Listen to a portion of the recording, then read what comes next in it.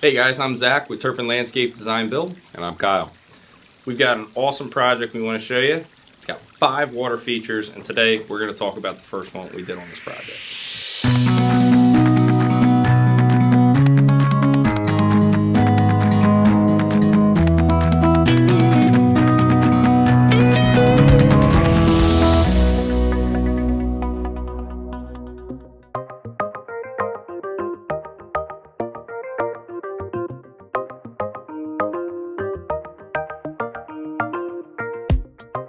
So this particular client had us come out to build him a koi pond, an 11 by 16, a little bit larger than 11 by 16, that was put in last year. Actually the first pond of the season that our crew put into the ground, and it was a few months later. The customer actually gave us a call and wanted to talk about phase 2. Yeah, it was kind of funny. So we always get this, we put a pond in and there's regret after some time goes by that, man, I wish I went bigger. Usually that time is like a year or two at least. Not with this client. He called about 3 or 4 months after it was done, I think, and said, all right, man, it works. Water's clear. It's not leaking. You know what you're doing. Come rip it out. Let's do the real project.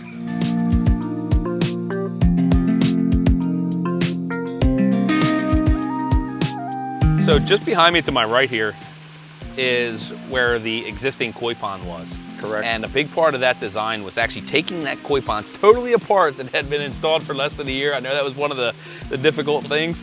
And we actually moved that up closer to the patio that you can sit on when you're eating and everything. And also this area here that we're in now, and kind of made it visible from 2 different areas, and then had the swim pond to the right. So the view here was awesome, but I really wanted to talk about the koi pond as we're sitting here. Last year when these guys originally put the koi pond right in this area here, I forget exactly what size it was.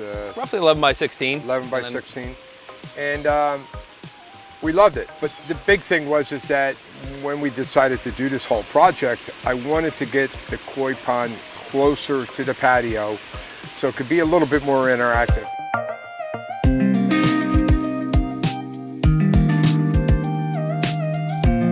You know, I had my reservations when, Zach started placing boulders in there before there was any water, and he dropped a couple in front of the waterfall and another one closer to the patio. I'm like, Zach, why are you doing that? He goes, trust me, it'll be okay. But once the water went in, I saw exactly what he was seeing. It came out perfect.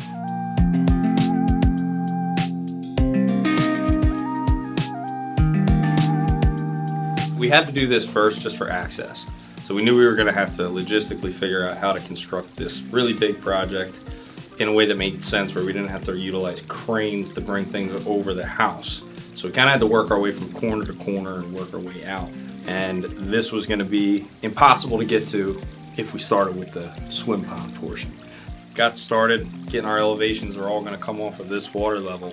And we knew from the beginning that we wanted this to be a separate system, but we didn't want it to really look like a separate system. This part was really cool. It was hard to visualize because the next part of our project wasn't for 2 more phases, really. So setting all these boulders and this driftwood and getting water moving the way we wanted to was difficult to convey to the client why we were doing what we were doing, but the end result is going to speak for itself.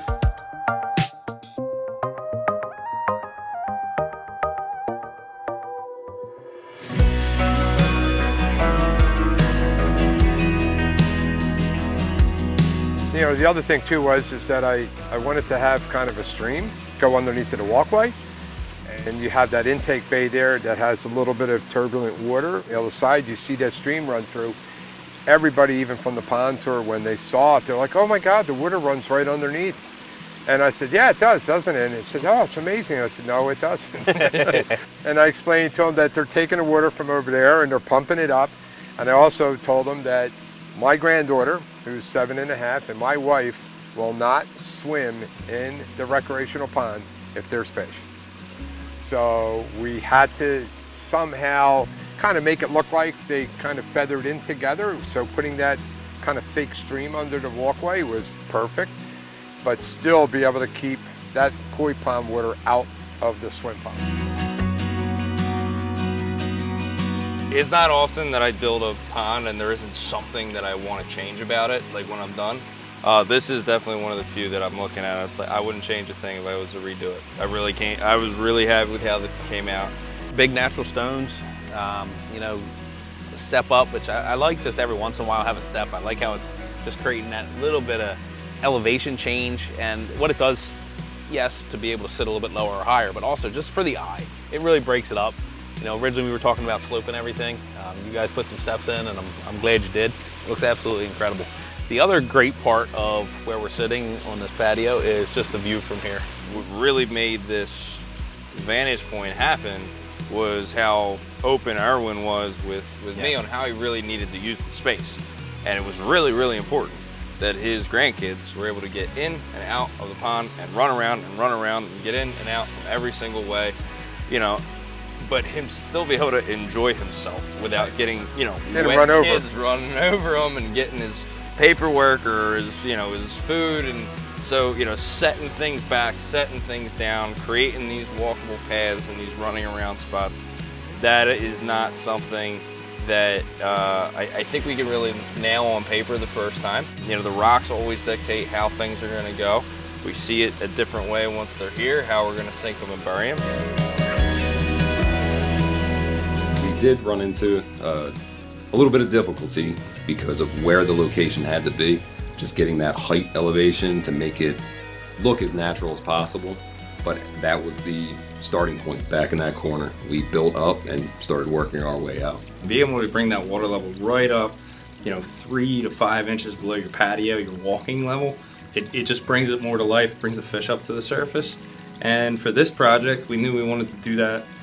That water level had to change 4 times throughout these projects, throughout all the different water features. So getting the first one right and making sure that it made the rest of the walkways, patios, steps, waterfalls all make sense is logistically challenging to do, but it really just takes something that you can't put on paper. It takes a vision of how the space is going to look at the end and being able to put it together in a practical way.